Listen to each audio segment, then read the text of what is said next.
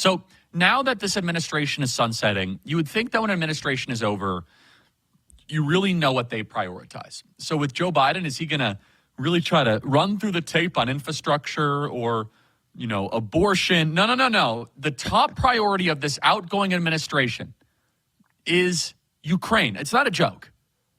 This is Tony Blinken. Play cut 400, please. As we're working to make sure that Ukraine has what it needs to effectively defend itself, the United States continues to step up. We've obligated just recently and pushed out the door another $8 billion in security assistance for Ukraine. That was in September. Another almost $500 million just a few weeks ago. And President Biden is committed to making sure that every dollar we have at our disposal will be pushed out the door between now and January 20th. David, this is telling, please. Well, this administration is ending as it began. Its number one priority has been this Ukraine war. Joe Biden entered office demanding that Ukraine be admitted to NATO on a fast track. That was his number one priority. And this goes back a decade to when he was Obama's vice president and he was running Ukraine policy as part of his portfolio. And he greenlit the Maidan coup in 2014, for which he was rewarded when Hunter Biden was put on the board of Burisma. In any event, they fast-tracked this idea of NATO expansion to Ukraine in his first year in office, 2021, even though the Russians said that was an absolute red line. That then blew up in their face when Russia invaded Ukraine. And since then, they've made funding this Ukraine project their number one priority. And so, again, they're going to shovel every dollar out the door they can before they leave office. That is what they care about. They could have tackled so many other issues. They could have tackled the border. They could have tackled inflation. They could have tackled so many issues that were relevant to ordinary Americans. But you can see that this expansion, this sort of empire building, is their number one priority. It's what they care about.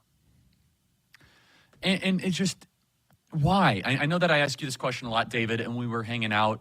My operating thesis is that the war machine is the culmination of statism.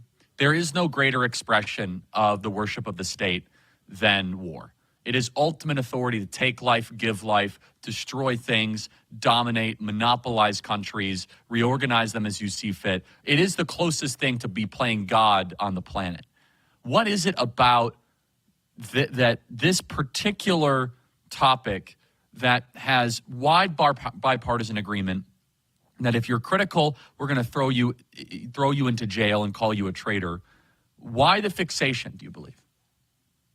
Well, I think there is something to what you're saying. I mean, there is immense power for them in being able to control the fate of millions of people, to control the destiny of all those lives, to be able to snuff them out potentially. I think there is a sick, twisted power in that.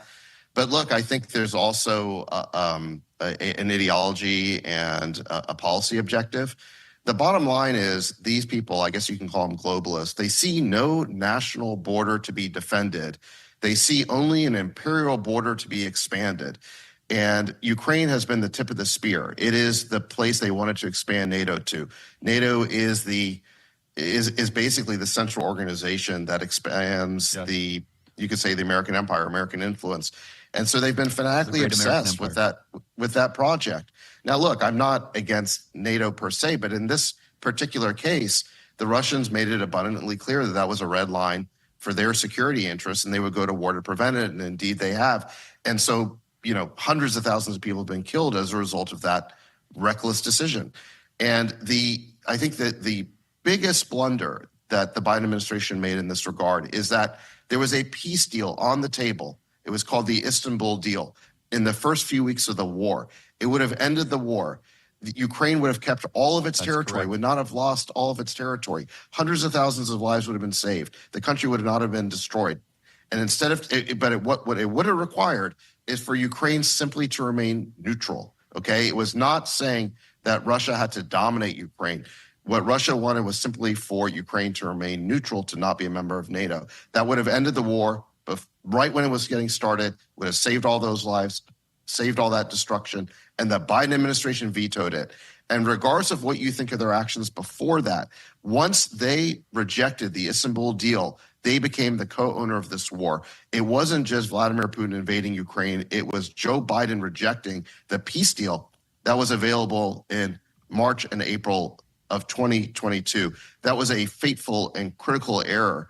And I think that now all of us who want peace in Ukraine are going to try and are going to have to work really hard to try and put Humpty Dumpty back together again, so to speak, to try and get back to a peace deal that was so readily available, so on the table just a couple of years ago.